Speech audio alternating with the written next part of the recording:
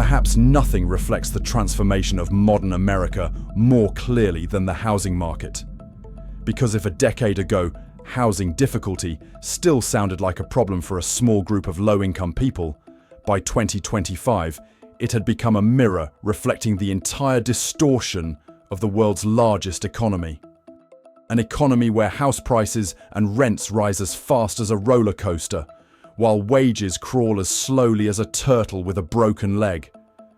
More and more Americans, including those who work full-time, have young children, own cars, and have what seems like a stable life, are being pushed into 400-a-week motels. The cramped rooms that were once only meant for overnight tourists are now the long-term homes of millions of families. No contract, no protection for the tenant, no kitchen, no private space. It's just a temporary room that costs more than a decent apartment. But the scariest part wasn't that they were stuck there, but rather the fact that the American housing system seems structured in a way that makes it impossible for them to escape. The deposit is too high. Income does not meet eligibility requirements. Apartment rental prices are increasing faster than they can save. And so the weekly motel became their de facto housing, an economic prison where they had to pay $400 each week just to avoid ending up on the streets. In today's video, we'll peel back the layers of this crisis to understand why a wealthy nation would allow its citizens to become prisoners of the very housing system they pay taxes to maintain. If you have a stable job with a six-figure salary, that's something to be happy about. But perhaps it's also time to buckle up, because across America, more and more people in similar positions, with good incomes, clear careers, and who once believed they were safe, are being forced to move into run-down motel rooms to live as a last resort before falling completely out of the housing system. For decades, America has been built in the collective memory as a place where anyone could settle down and own a home after a few years of hard work. But that prospect, for many, is becoming a distant memory. Not having a place to live is no longer just a problem for the poor or low-income groups. The current reality shows that housing has become such a strained market that it's like a blocked parking lot, where thousands of families line up waiting for a place to stay, not knowing when their turn will come. Affordable housing is becoming increasingly scarce. According to Zillow's analysis, the US is short about 4.7 million homes compared to demand. That number isn't just dry statistics. It reflects a structure that has been tightly bound for decades. In many cities, restrictive building regulations such as single-family zoning only allow detached houses to be built on large lots.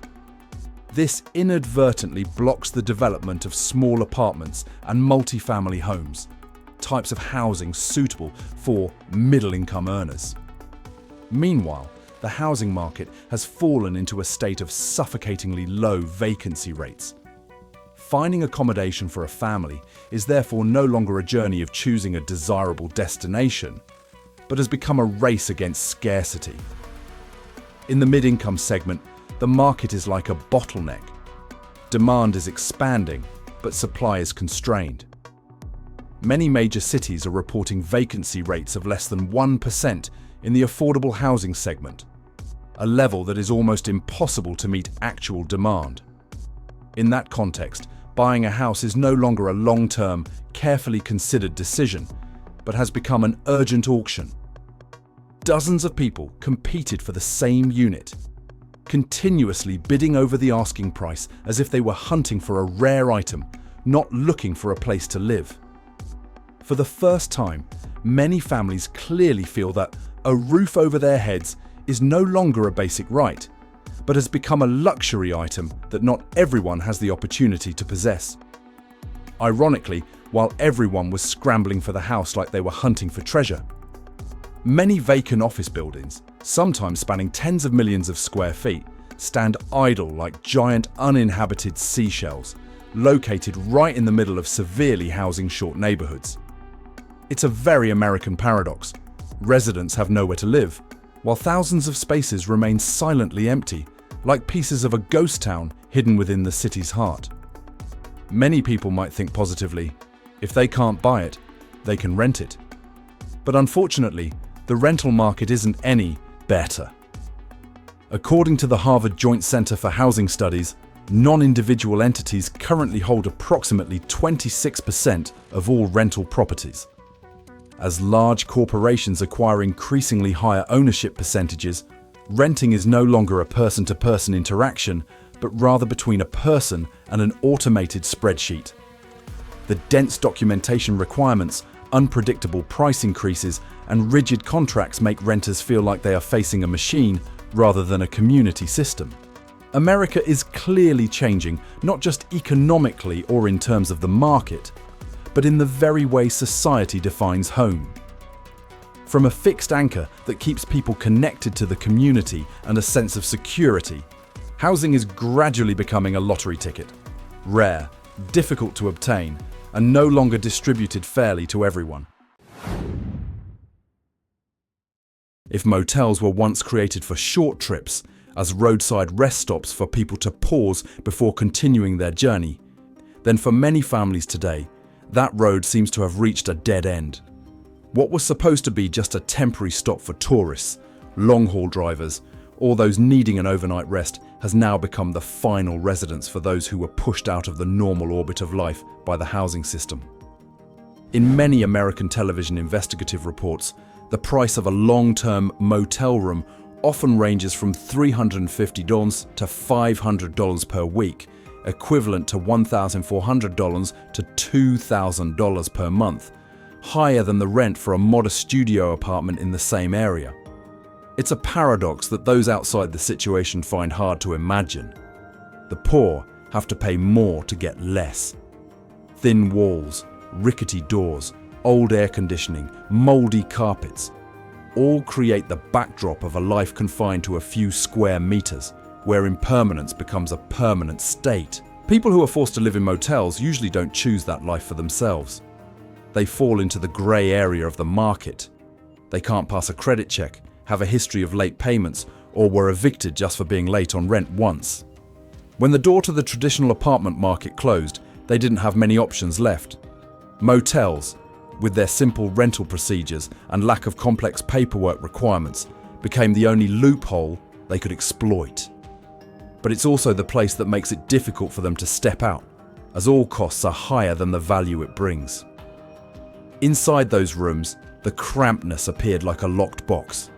There's no kitchen to cook in, no cabinets to store belongings, and no space for children to study or play. A place originally designed for a temporary overnight stay has to bear the entire weight of a family's life for months, even years. But the costs don't stop at just the room rate.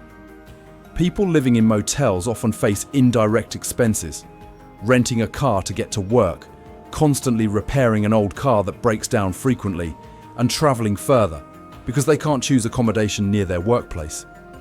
Those amounts accumulated like a slide. The harder they tried to climb, the easier it was for them to slide further down. A motel is not just a temporary shelter. It has become a business model based on uncertainty. This is where the most money is made when people are most desperate. For many families, a motel is like an economic prison. There are no bars, but the only unlocked door is the one you walk in through. For decades, the income of American workers has remained virtually stagnant, while the cost of living has escalated along an entirely different trajectory. That difference isn't something you notice in a day or a year, but rather the result of each silent, persistent price increase. Housing prices, rent, healthcare, transportation, insurance, all are climbing to new heights, while wages remain stagnant like someone stuck in the mud. And when this distance persists across generations, it creates an environment where individual effort, no matter how much, is difficult to compensate for. Especially in the housing market, the change becomes noticeable. Newly built homes today are primarily focused on the high-end segment: gleaming apartments, luxurious estates, and projects advertised with images of a complete life that are, however, far beyond the reach of the majority of workers. Meanwhile, the supply of affordable housing, which serves as the last line of defense for the middle class and below, has decreased significantly. The gap between these two segments still exists, but it's widening day by day, like a canyon that middle-income earners have to try to jump across, even though they know they don't have enough momentum. As a result, buying or renting a home has not only become expensive, but has also turned into a fierce competition. The person who is immediately willing to pay a high price immediately pushes others out of the competition. Those who come after, young people just starting out, older people changing jobs, families who have just experienced a crisis, are always at a disadvantage. Housing, which was once a means of stabilizing life, has now become a commodity that is acquired by whoever pays faster and more aggressively. In that context, essential costs such as healthcare, insurance, and transportation are accelerating in parallel. Healthcare costs force many families to carefully consider each hospital visit. Car insurance, home insurance, health insurance, all of these combined create a burden that a single small mistake can put the family budget in a precarious state. Repairing a car, replacing a set of tires, or an unexpected medical bill can completely disrupt the fragile stability they try to maintain. When housing consumes a large portion of income, people lose the ability to save. With nothing left to save, they couldn't build an emergency fund. Every risk, no matter how small, can become a fatal blow. The try-harder mentality, once a pillar of the American dream, is now ineffective in an environment where structural factors are far greater than the individual. Efforts to slow the rise in house prices are futile. Hard work cannot change healthcare costs, and sacrificing over time cannot bridge the gap between income and rent.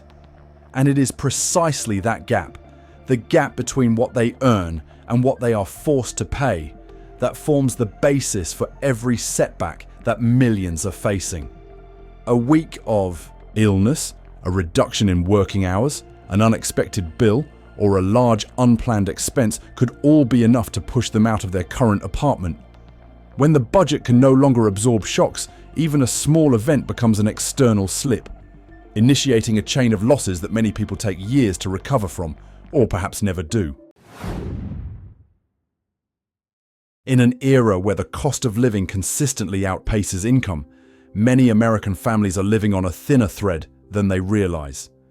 Just 1 week of lost income, a single hospitalization, or a breakdown on the highway can be enough to completely disrupt the already precarious financial balance. What seemed like small expenses, replacing a set of tires, paying hospital bills, fixing the air conditioner, suddenly became a major blow, making them unable to pay their rent on time. And in a capital leasing market that doesn't tolerate mistakes, just one late payment could cause them to lose their only remaining housing. Once the roof disappeared, the road back to its original trajectory was almost completely blocked in every direction. Without a fixed address, they have difficulty finding new jobs. Without stable childcare, they can't work full-time. Without savings, they couldn't put a down payment on a new apartment. All those seemingly separate factors intertwined, turning a small event into a chain of breakdowns that lasted for months, even years. The experience of being forcibly evicted from one's home or being forced to move out on short notice causes psychological wounds that are not easily healed. The image of police standing at the door, bags of belongings hastily stuffed into trash bags, children looking around the empty room one last time, all of these left a deep impression in my memory. Adults lose their sense of control, children lose their sense of security, and a family, accustomed to a familiar rhythm of life, was suddenly thrown into a state of uncertainty, not knowing where tomorrow would take them. Children, in particular, are severely affected by constant displacement. Every time we move, it means changing schools, changing friends, and changing habits.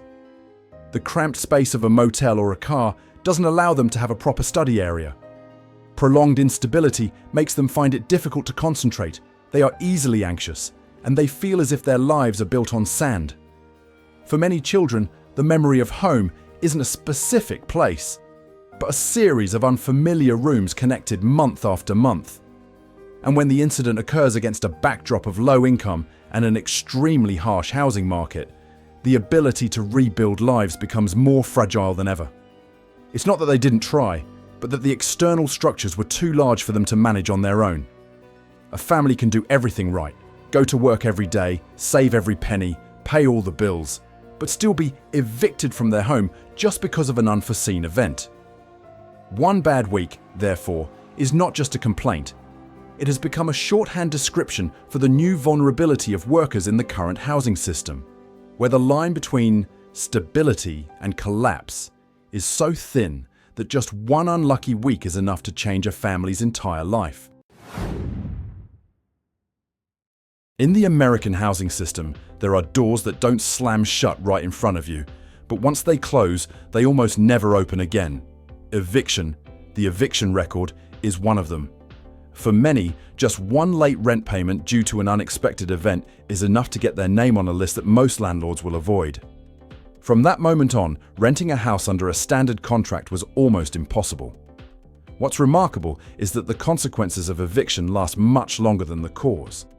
A fleeting mistake leaves a lasting mark, like a long-term sentence, following the person from one neighborhood to another year after year. Along with evictions, credit checks and rental history records are becoming increasingly strict. Those with unstable incomes or imperfect financial histories are often rejected in the first round, before they even have a chance to explain the story behind the numbers. A low credit score not only limits choices, it causes renters to be viewed as risky before they are even seen as individuals with real circumstances. And in an era where costs are almost beyond the reach of workers, maintaining a perfect financial record is becoming increasingly difficult to achieve. Housing managed by large organizations operates very differently from the way many older people remember talking directly to the landlord. Today, millions of apartments are managed by algorithmic systems that classify profiles, assess risk, and make decisions solely based on hard data. There are no more gentle conversations, no room for explanations or negotiations. Everything is compressed into a fixed set of criteria, cold and impersonal, making renters feel as though they are standing before a machine rather than a human being. Some localities have programs to support temporary shelters or emergency housing, but the supply is too little compared to the rapidly increasing demand.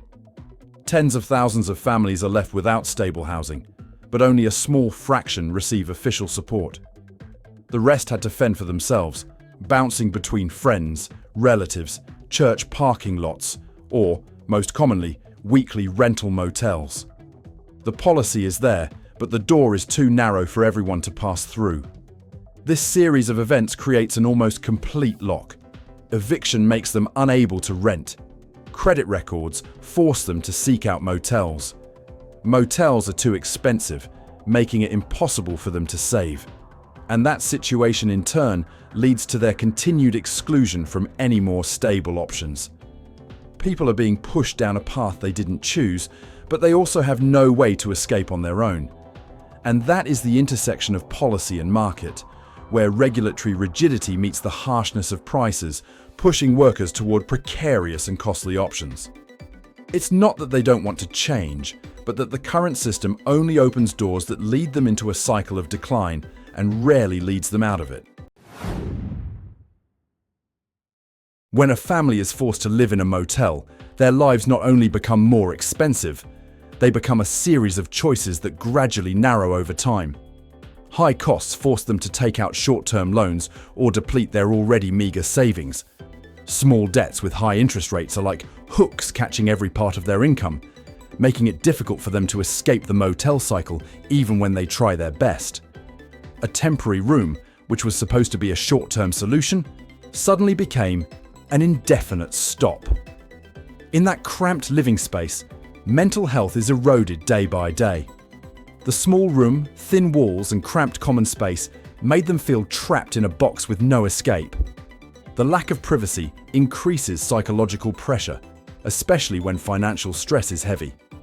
Many people describe their lives in motels as existing week by week, living in a state of waiting, unable to make long-term plans, unable to pursue real goals.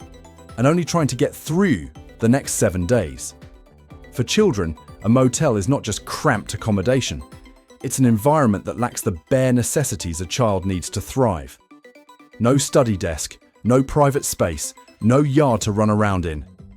Constant moving makes it difficult for them to maintain their studies, connect with friends, and more importantly, feel safe.